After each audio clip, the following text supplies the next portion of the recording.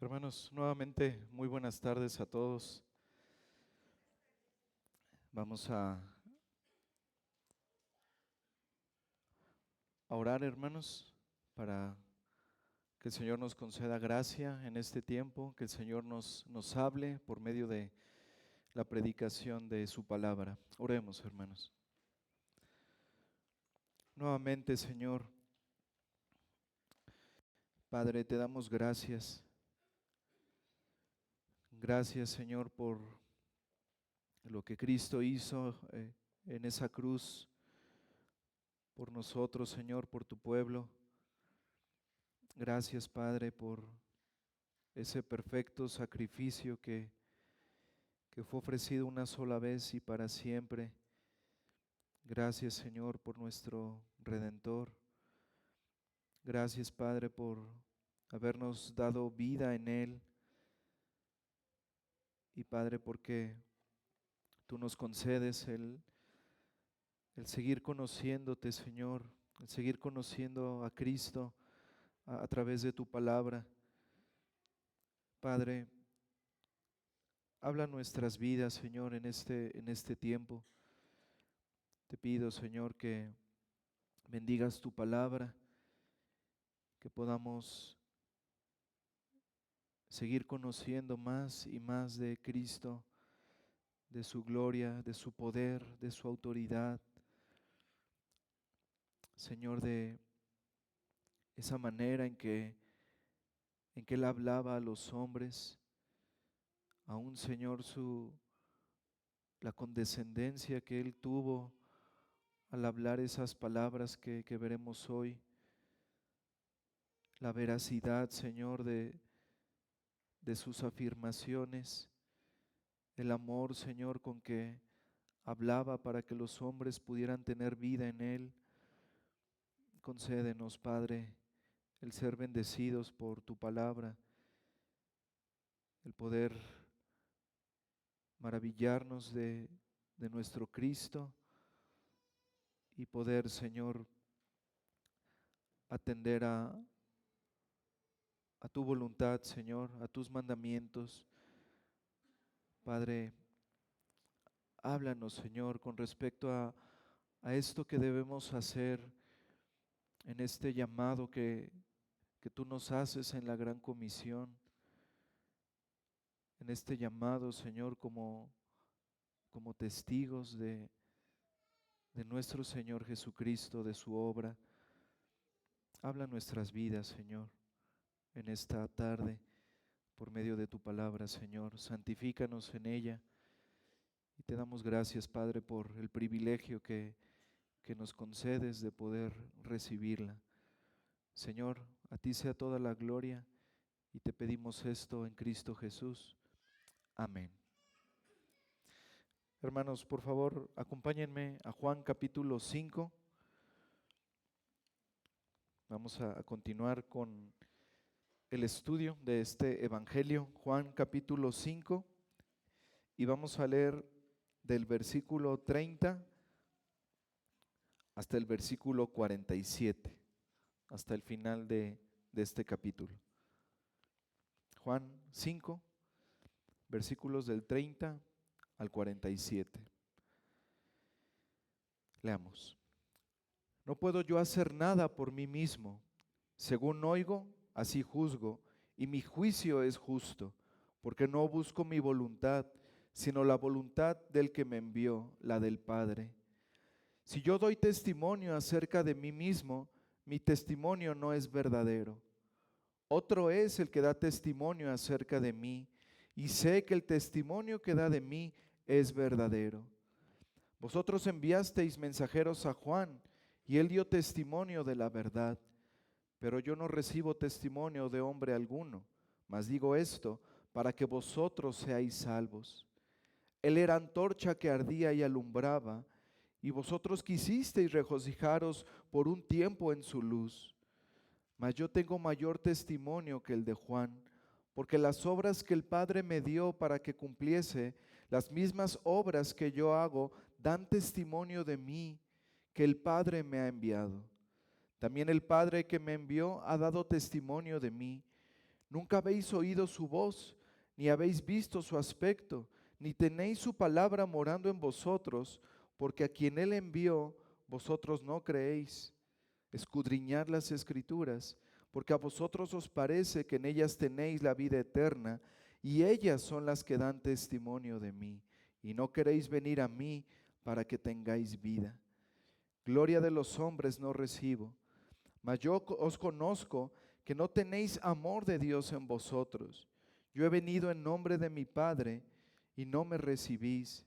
Si otro viniere en su propio nombre, a ese recibiréis. ¿Cómo podéis vosotros creer, pues recibís gloria los unos de los otros, y no buscáis la gloria que viene del Dios único?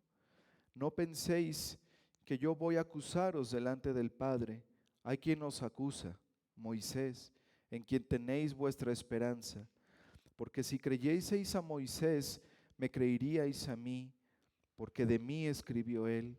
Pero si no creéis a sus escritos, ¿cómo creeréis a mis palabras? Amén.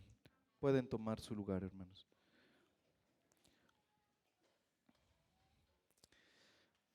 Hermanos, una de las verdades fundamentales del cristianismo es, sin lugar a dudas, la creencia en la deidad de Jesucristo. Es tan importante, hermanos, la doctrina de la deidad de Jesucristo, que si esa doctrina fundamental se ve afectada, debilitada o si se quita, todo lo demás de la fe cristiana desaparece, se derrumba. Y es por eso, hermanos, que el diablo siempre ha atacado esa doctrina. El diablo siempre ha atacado esa verdad, porque sin la deidad de Jesucristo no hay evangelio, no hay fe cristiana, no hay esperanza para los hombres, no hay esperanza de salvación. Pero este pasaje, hermanos, que acabamos de leer, este pasaje contiene las mismas palabras de Cristo que reafirman su deidad, que reafirman quién es Él, el Hijo de Dios, el que es igual con el Padre. Y estas palabras, hermanos, habladas por el Señor Jesucristo con toda autoridad, estas palabras, hermanos, no dejan lugar a ninguna duda, a ninguna objeción. Y estas palabras, además, hermanos, como veremos, estas palabras del Señor Jesucristo tienen como finalidad el que el hombre pueda tener vida en su nombre. Recordemos, hermanos, el contexto en el que nos encontramos. El Señor Jesucristo, recuerdan, después de ser acusado por esos líderes judíos de haber quebrantado el día de reposo, después de haberlo acusado de que Él se hacía igual a Dios por la manera en que Él se refería al Padre. Después de esto, hermanos, el Señor Jesucristo a estos judíos les está declarando su divinidad. Les está dejando claro que Él es el Hijo de Dios.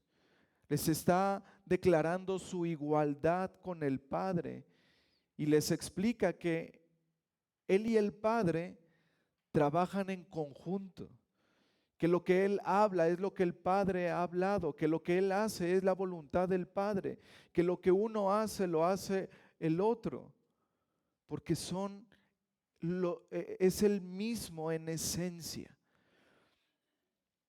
Y particularmente, hermanos, el Señor Jesucristo habla de dos obras que hace en conjunto con el Padre. La obra de dar vida a los muertos y de juzgar a los hombres. Miren lo que dice Juan, capítulo 5, versículos del 19 al 23. Respondió entonces Jesús y les dijo: de cierto os digo, no puede el Hijo hacer nada por sí mismo, sino lo que ve hacer al Padre. Porque todo lo que el Padre hace, también lo hace el Hijo igualmente. Porque el Padre ama al Hijo y le muestra todas las cosas que Él hace, y mayores obras que éstas le mostrará, de modo que vosotros os maravilléis. Porque como el Padre levanta a los muertos y les da vida, así también el Hijo a los que quiere da vida. Porque el Padre a nadie juzga, sino que todo el juicio dio al Hijo, para que todos honren al Hijo como honran al Padre. El que no honra al Hijo, no honra al Padre que le envió. Y después de esto, hermanos, el Señor Jesucristo habla entonces de la resurrección final, del juicio final sobre todos los hombres que se llevarán a cabo en su segunda venida. Esto es lo que vimos la última ocasión. Y ahora, hermanos, adentrándonos ya en nuestro pasaje del día de hoy, vemos que en el versículo 30, que el Señor continúa con este tema de que Él y el Padre son uno. Dice el versículo 30. No puedo yo hacer nada por mí mismo. Según oigo, así juzgo, y mi juicio es justo, porque no busco mi voluntad, sino la voluntad del que me envió, la del Padre. Hermanos, estas afirmaciones que ha hecho el Señor Jesucristo hasta ahora, estas que hemos podido ver en las últimas semanas, estas afirmaciones son indudablemente majestuosas. Estas afirmaciones, hermanos, son suficientes para que los hombres crean que Él es el Hijo de Dios. Sin embargo, esos judíos que escuchaban al Señor, que estaban delante de Él, sus oyentes, ellos dudaban de esas afirmaciones y el Señor Jesucristo lo sabía. Y al dudar de esas afirmaciones de Cristo, entonces dudaban de su deidad, dudaban de que Él fuera el Hijo de Dios. Y es por esa razón, hermanos, que el Señor Jesucristo procede a reafirmar esas declaraciones que Él ha dicho sobre sí mismo. Pero ahora, el Señor Jesucristo, de una manera condescendiente, presenta varios testimonios indiscutibles con el fin de comprobar a esos judíos que Él era lo que decía ser, el Hijo de Dios. Y esto, hermanos, repito, el Señor lo hace por amor, buscando la salvación de esos hombres, buscando que esos hombres pudieran entender quién era el que les hablaba, quién era el que hacía esas obras que de las cuales ellos habían sido testigos. Ese era el corazón del Señor Jesucristo. Y vemos su condescendencia al hablar de esta manera y al presentar el testimonio de algunos que vamos a ver. Hermanos, el Señor Jesucristo no tendría necesidad de hacer eso, porque de alguna manera es como si el Señor Jesucristo se pusiera delante de un juez y tratara de defender sus argumentos usando testigos que pudieran confirmar sus afirmaciones. Pero esa es la condescendencia del Señor, hermanos, que a pesar de que su propio testimonio tendría que ser suficiente para que los hombres creyeran en Él como el Hijo de Dios, en su gloriosa humildad, hermanos, el Señor habla estas palabras, con el fin por el cual también Juan escribió este evangelio, para que los hombres puedan creer en Él y puedan tener vida en su nombre. Hermanos, tanto en el Antiguo como en el Nuevo Testamento, hablando en términos judiciales, las pruebas para condenar o para absolver a alguien se basaban en el testimonio. Y se basaban en el testimonio no solamente de un testigo, sino de varios testigos confiables. Y lo mismo pasaba cuando era una defensa. Y Cristo, hermanos, está en este pasaje Él está haciendo uso de ese principio judicial. Y así como les decía, como quien se encuentra delante de un juez, presenta a los testigos que él tiene para demostrar que sus declaraciones de ser igual a Dios son verdaderas. Así que el Señor Jesús, por así decirlo, llama a declarar a 4 de sus testigos: a Juan el Bautista, sus propias obras, al Padre y a las Escrituras. Miren el versículo 31, hermanos, Juan 5:31. Dice aquí el Señor Jesús a estos judíos: si yo doy testimonio acerca de mí mismo, mi testimonio no es verdadero. Hermanos, el Señor Jesús podía seguir dando testimonio de sí mismo, pero Él sabe que para esos judíos su propio testimonio les era insuficiente. Miren, hermanos, en este contexto, esa palabra verdadero puede significar válido o suficiente. Parece ser, hermanos, que esa palabra suficiente es la más adecuada para entender las palabras del Señor Jesús. Si nosotros leemos ese versículo, pudiera parecer contradictorio, pero no es así, hermanos. Debemos considerar el contexto y el que esa palabra verdadero pudo haberse traducido como suficiente. Entonces, hermanos, parafraseando este versículo 31, en el sentido en que Juan lo quiere transmitir, sería así: si yo solo doy testimonio de mí mismo, mi testimonio, según ustedes, sería insuficiente. Y esto fue así, hermanos. Esto fue así más adelante, cuando el Señor Jesucristo en Juan 8:12 declaró que Él era la luz del mundo. Un grupo de furiosos fariseos le respondieron: tú das testimonio acerca de ti mismo, tu testimonio no es verdadero. ¿Y esto por qué, hermanos? Porque más adelante los fariseos acusaban al Señor de que su testimonio no era suficiente, porque finalmente era Él mismo el que testificaba de sí mismo. ¿Por qué, hermanos?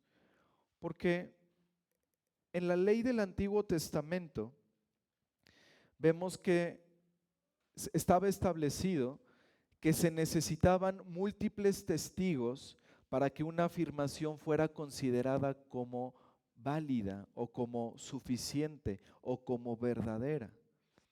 Acompáñenme, por favor, hermanos, al libro de Deuteronomio. Deuteronomio, capítulo 19, versículo 15.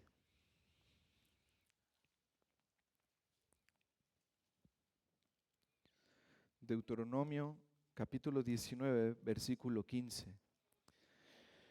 No se tomará en cuenta a un solo testigo contra ninguno en cualquier delito ni en cualquier pecado, en relación con cualquier ofensa cometida. Solo por el testimonio de 2 o 3 testigos se mantendrá la acusación. Entonces, esto lo sabían muy bien los judíos. Un solo testigo no podía establecer ninguna acusación contra una persona, fuese lo que hubiese hecho esa persona. Un hecho debía ser validado por el testimonio de 2 o más testigos. Y sin esa validación, hermanos, ese hecho no se consideraba como verdadero. Por lo tanto, hermanos, el Señor Jesús, por así decirlo, va a llamar a esos testigos para poder validar su deidad delante de esos líderes judíos. Y el actuar del Señor Jesús de esta manera iba a dejar a esos hombres sin ninguna excusa para poder rechazarlo. Entonces, comencemos con el primer testigo, Juan el Bautista. Leamos Juan, regresemos a Juan, hermanos, por favor, capítulo 5, versículos del 33 al 35. Primer testigo, Juan el Bautista. Versículo 33. Vosotros enviasteis mensajeros a Juan, y él dio testimonio de la verdad. Pero yo no recibo testimonio de hombre alguno, mas digo esto para que vosotros seáis salvos. Él era antorcha que ardía y alumbraba, y vosotros quisisteis regocijaros por un tiempo en su luz. Recordarán, hermanos, que cuando Juan el Bautista estaba bautizando y los judíos se enteraron de lo que él estaba haciendo, ellos mandaron a un grupo de judíos para investigarlo, ¿recuerdan? Y ahí, hermanos, Juan el Bautista dio testimonio de la verdad. Miren su testimonio, Juan capítulo 1, versículos del 19 al 23. Juan 1, versículos del 19 al 23. Este es el testimonio de Juan, cuando los judíos enviaron de Jerusalén sacerdotes y levitas para que le preguntasen: ¿tú quién eres? Confesó y no negó, sino confesó: yo no soy el Cristo. Y le preguntaron: ¿qué pues? ¿Eres tú Elías? Dijo: no soy. ¿Eres tú el profeta? Y respondió: no. Le dijeron: pues ¿quién eres? Para que demos respuesta a los que nos enviaron. ¿Qué dices de ti mismo? Dijo: yo soy la voz de uno que clama en el desierto, enderezad el camino del Señor, como dijo el profeta Isaías. Hermanos, Juan el Bautista cumplió fielmente su llamado. Su llamado era ser esa voz en el desierto, era encaminar a los hombres al Mesías, al Cristo, al que vendría. Llevar, ¿recuerdan como ese amigo del novio? Llevar a la novia al novio, entregarlo. Esa era la labor de Juan. Su llamado fue a testificar del Señor Jesucristo. Y es por eso que el Señor Jesús elogia a Juan aquí, llamándole una antorcha que ardía y alumbraba. Y dice aquí, hermanos, el Señor Jesús, que estos judíos al principio se regocijaron en esa luz de Juan.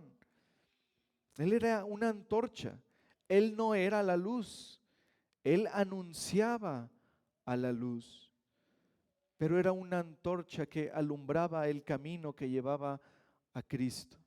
Y el Señor Jesús dice aquí: ustedes se regocijaron en la luz de Juan, en su mensaje sobre la verdadera luz, la luz de los hombres, Cristo. E incluso dice esta palabra, hermanos, se regocijaron. Se regocijaron. Y esta palabra, hermanos, es una palabra fuerte. No significa que los judíos solamente toleraban a Juan. Esta palabra significa que ellos abrazaron con entusiasmo tanto a Juan como a su mensaje. Los judíos, hermanos, habían aceptado a Juan como un profeta enviado por Dios. Habían aceptado su mensaje porque, recuerdan, habían pasado 400 años de silencio. Y llega el último profeta, Juan, el último profeta del Antiguo Testamento. Llega Juan y habla palabras gloriosas. Y los judíos se regocijaron, pero solo por un tiempo. Ellos se deleitaron en su presencia, Pero una vez que Juan el Bautista empezó a confrontarlos con su pecado, ellos ya no lo quisieron oír y se apartaron y rechazaron su mensaje. Nuevamente, hermanos, veamos el versículo 34, Juan 5:34. Dice el Señor Jesús: pero yo no recibo testimonio de hombre alguno, mas digo esto para que vosotros seáis salvos. Hermanos, ¿necesitaría el Dios encarnado que un ser mortal diera testimonio de Él? No. El Dios de los cielos está sobre todos y sobre todo. Y su testimonio debía bastar, hermanos, debía ser suficiente. No obstante, hermanos, al Señor le plació usar a algunos hombres tenidos por grandes en el reino de Dios para dar testimonio de Cristo. ¿Con qué fin? Lo dice el Señor: traer salvación a los hombres. Al Señor le plació, hermanos, usar vasos de barro para predicar el Evangelio, para testificar acerca de Cristo, para traerlos a la salvación. Y uno de esos hombres que el Señor usó en gran manera fue Juan el Bautista. Y de hecho, hermanos, eso fue lo que ocurrió con algunos de los apóstoles. Recuerdan que algunos de ellos habían sido discípulos de Juan. Y cuando escucharon la enseñanza de Juan, ellos dejaron de seguir a Juan y se fueron con Cristo. Y comenzaron a seguir a Cristo por el testimonio de Juan, por aquel que dijo: he aquí el Cordero de Dios que quita el pecado del mundo. Óiganlo a Él, no me escuchen a mí, no me sigan a mí, vayan a Él. Él es el Cristo, Él es el Cordero de Dios que quita el pecado del mundo. En Él pueden encontrar su salvación. Esa fue la labor de Juan.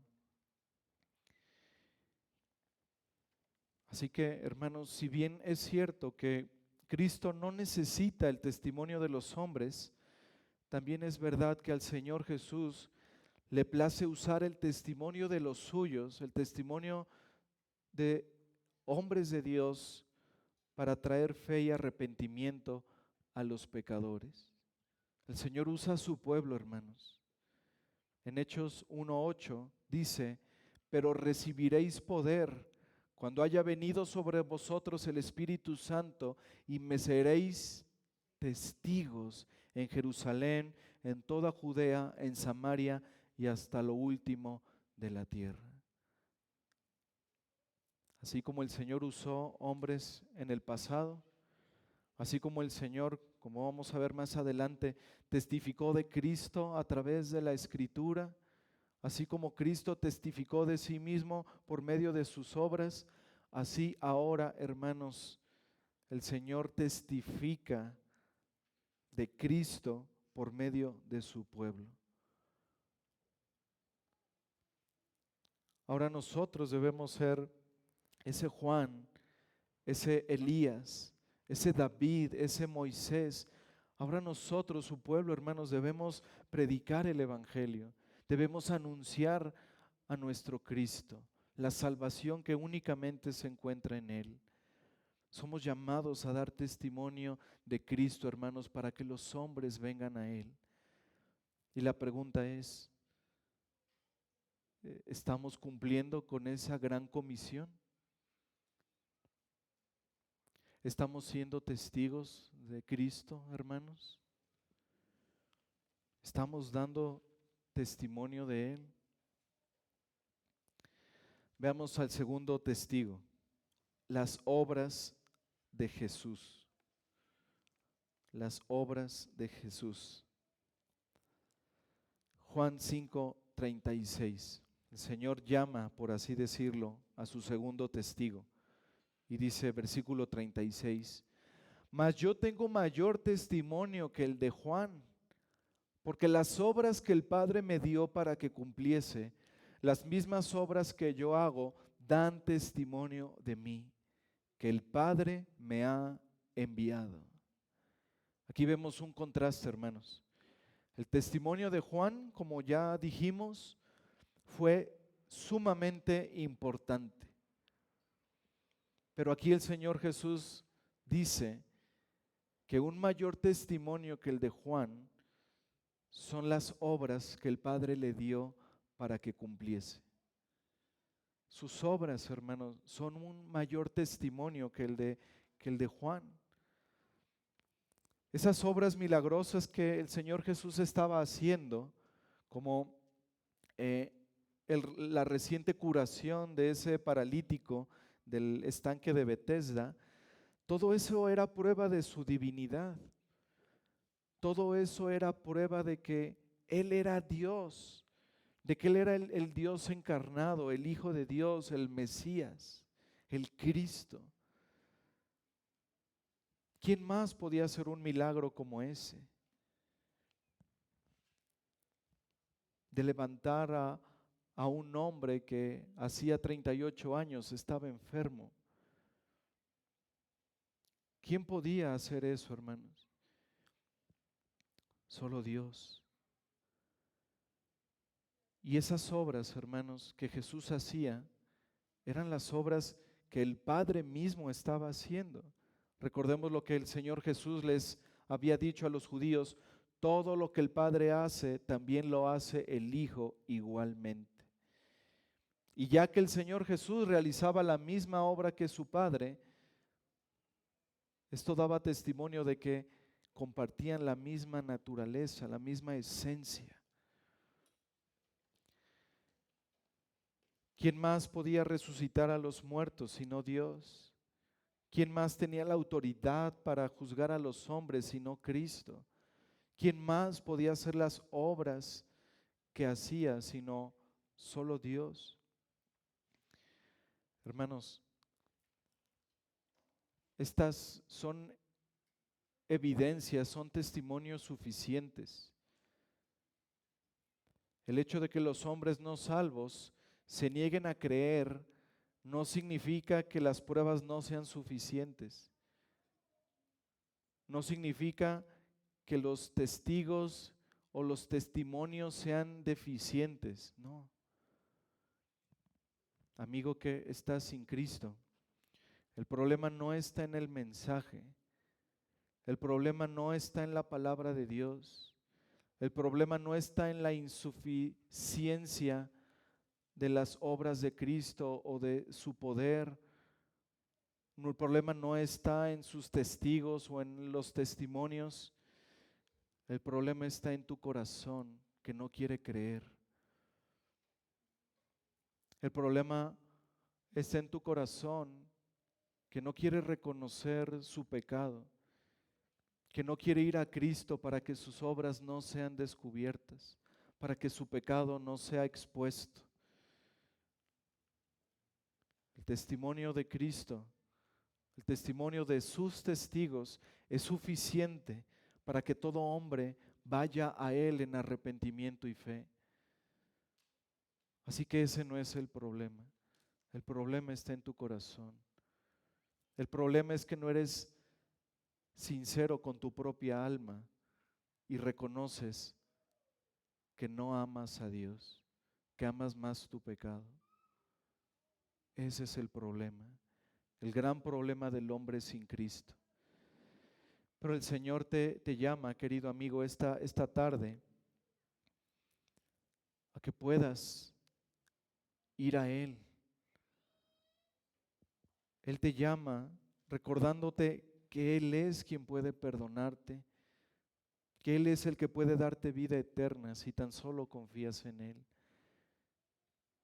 si tan solo de manera sincera y humilde reconoces tu pecado y tu necesidad de un Salvador. Tercer testigo, el Padre. Juan 5, versículos 37 y 38.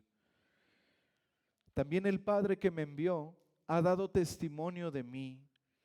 Nunca habéis oído su voz, ni habéis visto su aspecto, ni tenéis su palabra morando en vosotros, porque a quien Él envió, vosotros no creéis. Hermanos, en toda la historia de la salvación, Dios ha dado testimonio de su Hijo.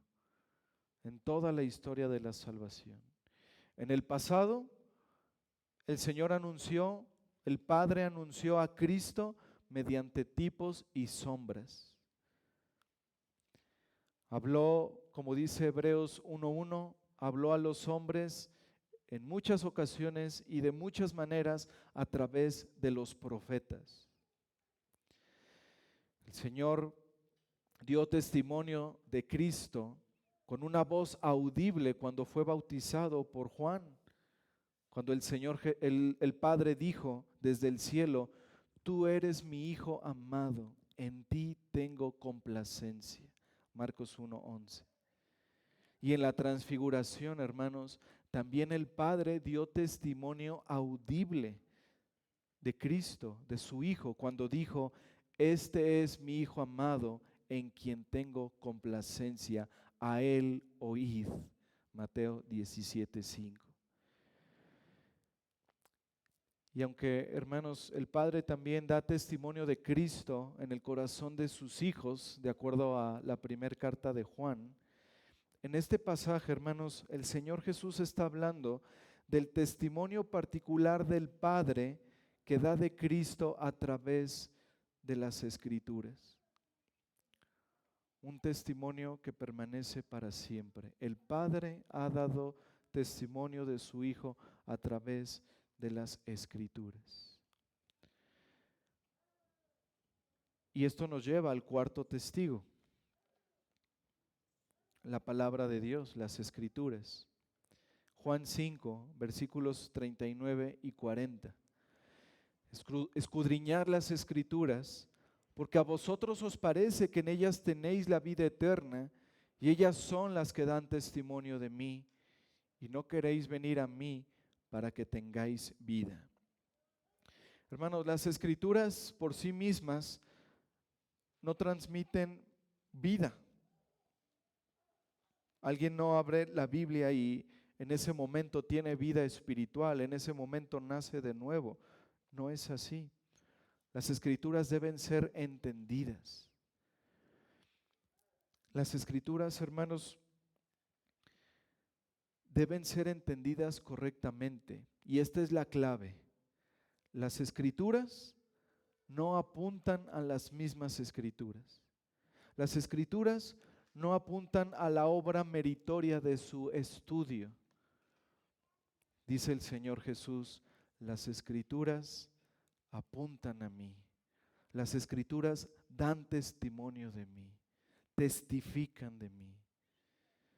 Así que los judíos, aunque buscaban en el lugar correcto, aunque se esmeraban y trabajaban arduamente por estudiar las Escrituras, no buscaban a la persona correcta. Las Escrituras, todas las Escrituras, hermanos, dan testimonio de Cristo, apuntan a Él. El método de interpretar y de comprender las Escrituras de esos judíos era erróneo, porque ellos concluían que era a través de sus obras que iban a ganar el favor de Dios. Se basaba en sus propias obras, en sus propios méritos, y no en la fe en el que había de venir. Ellos leían los mandamientos, los estatutos de Dios, y creían que por obedecerlos ellos iban a tener parte en el cielo. Y no se daban cuenta de que todo eso fue escrito para llevarlos a Cristo. Que esa ley que el Señor dio fue dada como un ayo para llevarlos a Él. Cada profecía, cada tipo, cada sacrificio, cada ley cada acontecimiento revelador dirige a los hombres a Cristo, al Mesías. Toda la Escritura apunta hacia Él, toda la Escritura testifica de Él. La conclusión lógica a la cual nos lleva a Cristo aquí es que todo aquel que busca genuinamente conocer a Dios por medio de las Escrituras, necesariamente vendrá a Cristo. Necesariamente. ¿Por qué, hermanos? Porque la Escritura tiene como propósito principal, como propósito central, llevarnos a conocer, amar y a obedecer a Cristo.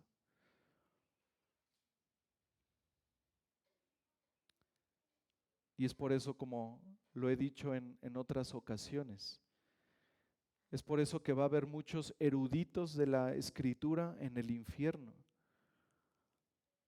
porque no buscan realmente con un corazón genuino conocer a Dios a través de la Escritura. Lo buscan para tener conocimiento, para ser reconocidos por los hombres o por cualquier otra cosa, pero no con una genuinidad, con una sinceridad de querer conocer a Dios. Y aquel que va a la Escritura con un corazón genuino para conocer al Señor, se va a encontrar con Cristo y va a caer rendido a sus pies.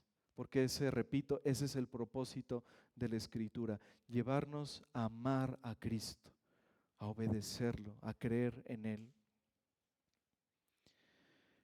Y ahora, hermanos, en los versículos del 41 al 47, aquí el Señor Jesús extrae algunas conclusiones prácticas de todo lo que ha venido hablando en este capítulo 5.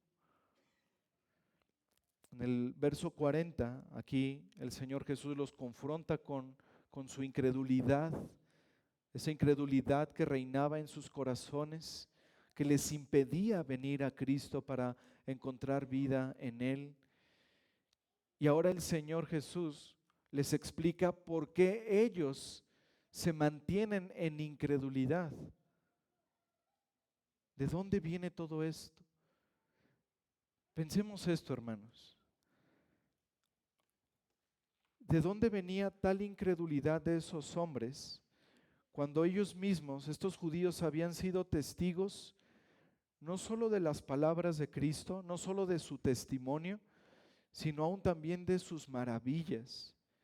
Ellos habían visto a ese hombre caminar, llevando su lecho a su casa. Lo habían escuchado a él decir: alguien me sanó, y después decir quién lo había sanado. Ellos sabían que Cristo lo había hecho. Ellos sabían, hermanos, ellos alcanzaban a entender que todo lo que Cristo hacía era el cumplimiento de lo que Moisés había hablado acerca de él. Y podemos decir, ¿cómo es posible que ellos se mantuvieron en incredulidad al ser testigos de primera mano de todas estas cosas? Bueno, el Señor Jesús aquí explica por qué y se los dice de una manera muy directa a estos judíos. En primer lugar, les dice el Señor que es porque ellos no tenían amor por Dios en su corazón. Versículos 41 y 42. Gloria de los hombres no recibo, mas yo os conozco que no tenéis amor de Dios en vosotros. Qué confrontación tan fuerte, hermanos. Aquellos que aparentemente amaban a Dios, aquellos que aparentemente escudriñaban las Escrituras y decían con sus bocas amar a Dios con todo su corazón, les dice el Señor Jesús: ustedes no tienen amor por Dios en ustedes. Y esa es la razón, hermanos, por la cual estos judíos no pudieron dar la gloria a Cristo, porque el amor a Dios no estaba en sus corazones. Ellos defendieron las tradiciones, las leyes religiosas que consideraban procedían de las Escrituras, pero en realidad, hermanos, ellos no amaban su palabra, no amaban a Dios y mucho menos amaban al Cristo de las Escrituras. Y esto nos enseña que es posible que alguien asista a la iglesia, que es posible que alguien con su boca diga amar a Dios, pero realmente su corazón esté lejos. Y sus obras, su comportamiento, sus acciones demuestren realmente que esa persona, aunque esté en medio de la iglesia, aunque traiga una Biblia bajo el brazo, sus acciones demuestran que realmente no aman a Dios, no aman su palabra. El Señor Jesús lo dice aquí con claridad, confrontando a esos judíos. Y eso es lo que habló el apóstol Juan en su primera carta, en primera de Juan 4, 20 y 21, dice el apóstol Juan: si alguno dice, yo amo a Dios y aborrece a su hermano, es mentiroso. Pues el que no ama a su hermano, a quien ha visto, ¿cómo puede amar a Dios a quien no ha visto?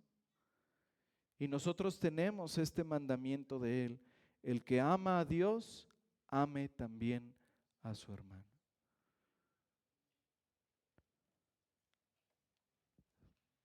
Así que esto es muy confrontante, hermanos.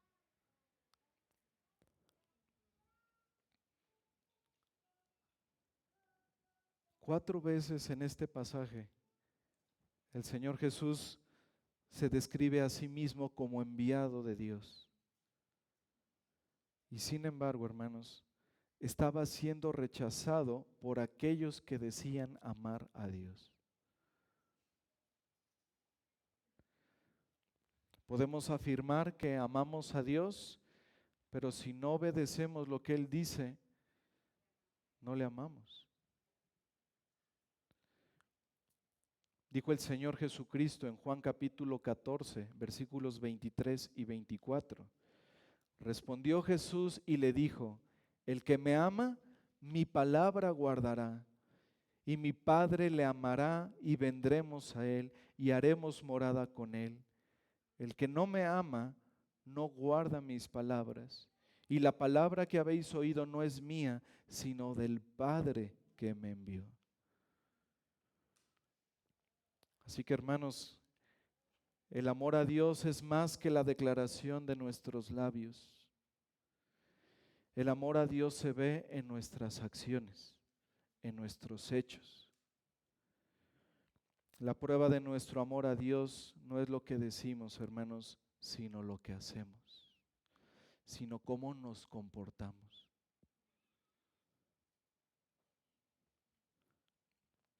Y esos judíos, hermanos, eran unos hipócritas. Con sus bocas decían amar a Dios, pero con sus hechos negaban esto. Ellos realmente no amaban a Dios. Segundo, porque estos judíos se mantuvieron en incredulidad, dice el Señor Jesús, por su deseo de agradar a los hombres. Versículo 43 dice: yo he venido en nombre de mi Padre y no me recibís. Si otro viniera en su propio nombre, a ese recibiréis. Versículo 44. ¿Cómo podéis vosotros creer? Pues si recibís gloria los unos de los otros y no buscáis la gloria que viene del Dios único. Aquí, hermanos, el Señor Jesús sigue demostrando la incongruencia de la práctica de los judíos, su contradicción. Fíjense, hermanos, ellos decían amar a Dios, creer en Dios, adorar a Dios, y por lo tanto, lo que fuera para la gloria de Dios, pues ellos debían recibirlo, ¿no? Pero Jesús vino a la tierra para glorificar al Padre. Vino en su nombre, haciendo lo que el Padre le ordenó que hiciera, hablando lo que el Padre le dijo que enseñara. Ellos debían entonces aceptar a Cristo si en verdad tenían el deseo de darle la gloria a Dios, pero no fue así. Es más, terminaron asesinándolo en una cruz. No le recibieron.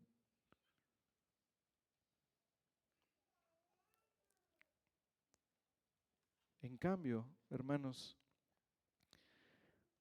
muchos hombres surgieron en el pueblo de Israel diciendo ser algo, viniendo en su propio nombre, y la gente lo siguió.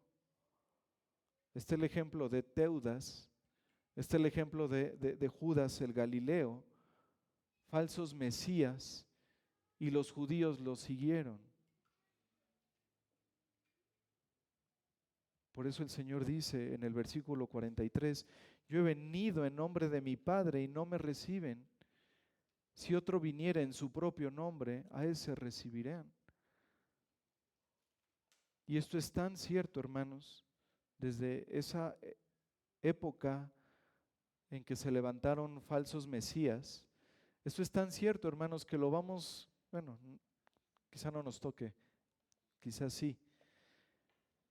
Cuando se levantará el anticristo y los judíos y los incrédulos lo van a reverenciar, lo van a aceptar su testimonio, lo van a escuchar.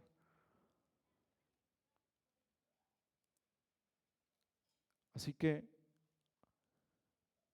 aquí el Señor Jesús está desenmascarando su corazón, hermanos. Está mostrando la principal razón de su incredulidad. Ellos buscaban la alabanza de los hombres, no buscaban darle gloria al Señor. Y en tercer lugar, hermanos, ¿por qué estos judíos se mantuvieron en incredulidad? Porque no fueron sinceros con sus convicciones religiosas. Ellos decían creer en Moisés, ¿no? Lo tenían en alta estima a Moisés. Pero hermanos, el Señor Jesucristo aquí los desenmascara y dice, ustedes realmente no han creído en las palabras de Moisés. Aunque los judíos habían levantado una religión en torno a Moisés, en torno a sus escritos, realmente, hermanos, ellos no creyeron a las palabras de Moisés. Ellos no fueron sinceros en sus creencias, en sus convicciones religiosas. Miren lo que dice Juan 5, versículos del 45 al 47. No penséis que yo voy a acusaros delante del Padre. Hay quien os acusa, Moisés, en quien tenéis vuestra esperanza. Pero si creyeseis a Moisés, me creeríais a mí, porque de mí escribió él. Pero si no creéis a sus escritos, ¿cómo creeréis a mis palabras? Escuchen esto, hermanos. Cito un párrafo. El ser humano tiene la capacidad de convencerse a sí mismo de que cree en algo, por lo cual es capaz incluso de dar su vida y sin embargo no conocer lo que cree y por lo tanto actuar en contra de lo que dice creer. Así, justo así pasó con estos judíos, hermanos. Ellos rechazaron a Cristo, aquel del cual habló Moisés, pero por otro lado decían creer en Moisés. Qué contradicción. Y el versículo 45, hermanos, dicta la sentencia a estos hombres. Dice, ¿a quién os acusa? Moisés, en quien tenéis vuestra esperanza. En aquel en quien ellos descansaban, Él es el que los va a acusar, Moisés. Y esos hombres podrían decir en su defensa, no, no, no, pero nosotros nos apegamos a su ley. Nosotros obedecimos lo que Moisés dijo. Pero precisamente, hermanos, por no creer lo que Moisés testificó de Cristo, ellos serán condenados.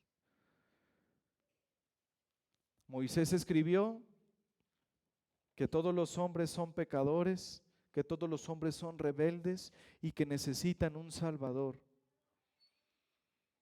Eso es lo que dicen los 10 mandamientos. Nadie ama a Dios con todo su corazón. Nadie ama a su prójimo como a sí mismo. Únicamente Jesús. Únicamente Jesús ama a Dios con todo su corazón y a su prójimo como a sí mismo. Moisés escribió de ese Redentor prometido. Él anunció, hermanos, que el Hijo de Dios vendría para redimir a su pueblo de su pecado. Él escribió desde el Génesis que vendría la simiente de la mujer que aplastaría la cabeza de la serpiente. Pero a pesar, hermanos, de toda su formación religiosa, de todo su conocimiento, esos hombres perdieron su única esperanza. ¿Por qué? No amaban a Dios, buscaban su propia gloria y no creyeron a la palabra, no creyeron a Moisés, en quien tenían su esperanza. Y el triste veredicto de sus vidas lo dice el Señor Jesús en el versículo 40, y no queréis venir a mí para que tengáis vida. La única manera de tener vida es venir a Jesús. Y la única posibilidad para aquel que lo rechaza es el juicio de Dios. Amigo, espero que a lo largo del sermón te hayas podido dar cuenta de que tu falta de fe en Cristo no se debe a falta de evidencias, no se debe a falta de testigos, no se debe a falta de las obras de Cristo. Tu falta de fe en Cristo, amigo, se debe a que no amas a Dios. Tu falta de fe en Cristo se debe a que estás muerto espiritualmente y necesitas nacer de nuevo. Necesitas creer en Cristo, en lo que Él ha dicho de sí mismo. Él ha dicho ser el Hijo de Dios, Dios mismo. Él ha dicho ser el único camino al Padre. Él ha dicho que Él es la única esperanza para los hombres. Él ha dicho que el que cree en Él tiene vida eterna. Así que, amigo, no busques justificar tu falta de fe. Hay quienes dicen, es que todavía no me convence Jesús de ir a Él. Amigo, sé sincero, el problema está en tu corazón. El problema es que no quieres abandonar tu pecado. El problema es que no amas a Dios. Pero si tú reconoces eso con sinceridad, si tú reconoces, es cierto, no amo a Dios. Si tú reconoces que es tu incredulidad la que no te permite ir a Cristo y le pides perdón a Dios, Él te perdonará. Y si tú crees en Cristo de una forma sincera, el Señor te dará el perdón de tus pecados y la vida eterna, porque Él lo ha prometido. Él ha dicho que el que va a Él no le echa fuera. Él ha dicho que el que cree en Él tendrá vida eterna. Hallará pastos, dice el Señor. Así que arrepiéntete, amigo, de tu maldad. Reconoce que es tu incredulidad y nada más. Reconoce tu pecado, pon tu mirada en Cristo y podrás encontrar en Él el verdadero sentido, el verdadero propósito de tu existencia. El sentido de tu existencia es conocer a Dios. El hombre fue creado para eso, para conocer a Dios y disfrutar de Él para siempre. Y la única manera en que puedes conocer verdaderamente a Dios es a través de la fe en Jesucristo. Así que, amigo, arrepiéntete y ve a Él para que Él te dé vida. Y hermanos, unas aplicaciones para los que están en Cristo. Hermanos, el Señor Jesús nos ha recordado que las Escrituras dan testimonio de Él. Así que debemos leer todas las Escrituras, hermanos. Debemos leer todas las Escrituras para encontrar a Cristo ahí. Busquemos a Cristo en las Escrituras, hermanos. El único libro que es la palabra de Dios es la Biblia. El único libro vivo que puede dar vida es la Biblia. Como dice el Salmo 19, que su palabra da vida, su palabra transforma el corazón, transforma el alma. Es el único libro, hermanos, que es bendecido por el Señor poderosamente por su Espíritu Santo para ser un canal de gracia, para que podamos nosotros crecer en la gracia de Dios, en el conocimiento de Dios. No debemos cansarnos nunca de leerla, nunca de escudriñarla. Hermanos, que la lectura de este libro, de la Biblia, sea el deleite más grande de nuestros corazones, como lo decían los salmistas. En tus preceptos hay gran galardón en guardarlos. Tu palabra es más valiosa que la plata, más dulce que la miel. Que podamos decir esas cosas, hermanos, leerla en la mañana, en la tarde, en la noche, con nuestra familia, en nuestro devocional, en nuestro estudio privado, cuando vayamos en el transporte, en nuestros tiempos de descanso. No ocupemos el tiempo en tonterías, hermanos, en cosas vanas, en cosas que no edifican. Tenemos la palabra profética más segura, hermanos, la palabra del Señor. Podemos encontrar en toda la Escritura a Cristo. Vayamos a ella, estudiémosla, escudriñémosla para encontrar a Cristo ahí, para que nuestra mirada esté puesta en Él, en las cosas eternas, no en las de esta tierra.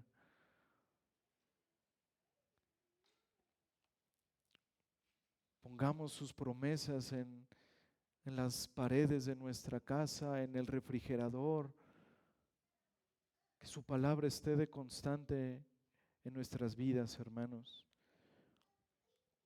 Haciendo esto, siempre estaremos centrados en Cristo y disfrutaremos de mejor manera las bendiciones del Señor, porque todas las Escrituras dan testimonio de Cristo.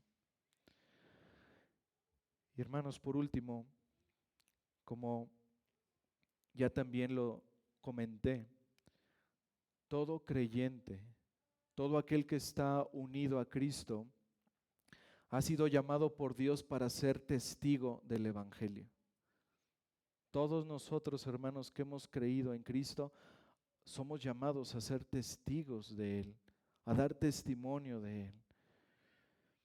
Dar testimonio de Cristo hermanos, es la identidad y el llamado de todos los creyentes. Es la identidad de la iglesia. Hemos sido llamados ¿para qué, hermanos? Para refugiarnos en cuatro paredes cada semana y en nuestras casas. No, hermanos, somos llamados a ser luz, a ser la sal de la tierra. Somos llamados a esto, hermanos,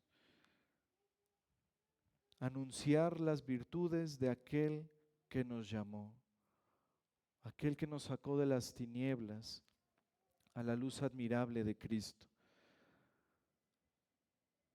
Todos, hermanos, tenemos el profundo privilegio y el deber de participar en el avance del reino de Dios, dando testimonio de lo que conocemos y de lo que hemos experimentado en Cristo.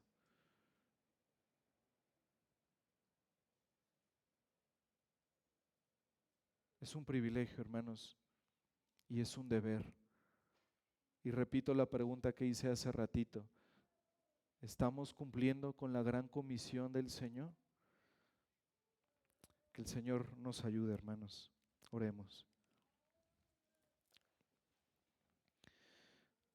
Señor, te damos gracias, Padre, por tu palabra. Gracias, Señor, por permitirnos estudiar estas palabras de tu Hijo, Señor. Estas palabras con autoridad, estas palabras de amor a los hombres. Padre, cuán glorioso es, Señor, tu nombre. Cuán misericordioso eres, Señor, cuán paciente eres con los pecadores. Gracias, Señor, por ser ese Dios lento para la ira y grande en misericordia. Padre, salva, Señor, a muchos de los que están aquí sin Cristo. Salva, Señor, aún aquellos que pueden estar engañados, Señor. Aquellos que pueden decir que te aman, pero que realmente su corazón está lejos. Por favor, Señor, trae salvación en medio de nosotros, en medio de esta iglesia, Señor. Que esta palabra que escuchamos sea de confrontación, Señor, para aquellos que están sin Cristo y puedan ver que si no se arrepienten perecerán. Pero te pedimos, Señor, tengas misericordia de sus almas. Y Padre, te pedimos que nos ayudes a ser testigos fieles, Señor, de Cristo. Y ayúdanos, Señor, a escudriñar tu palabra, a poder deleitarnos en ella, a poder encontrarnos a Cristo, Señor, en toda ella. Que podamos ser cada día, Señor, santificados en tu palabra. Que podamos crecer en nuestra adoración, en nuestra obediencia, en nuestra santificación. Y todo esto, Señor, para tu gloria. Por favor, Señor, te pedimos obres en estas cosas y te damos muchas gracias, Padre. Te pedimos esto en Cristo Jesús. Amén.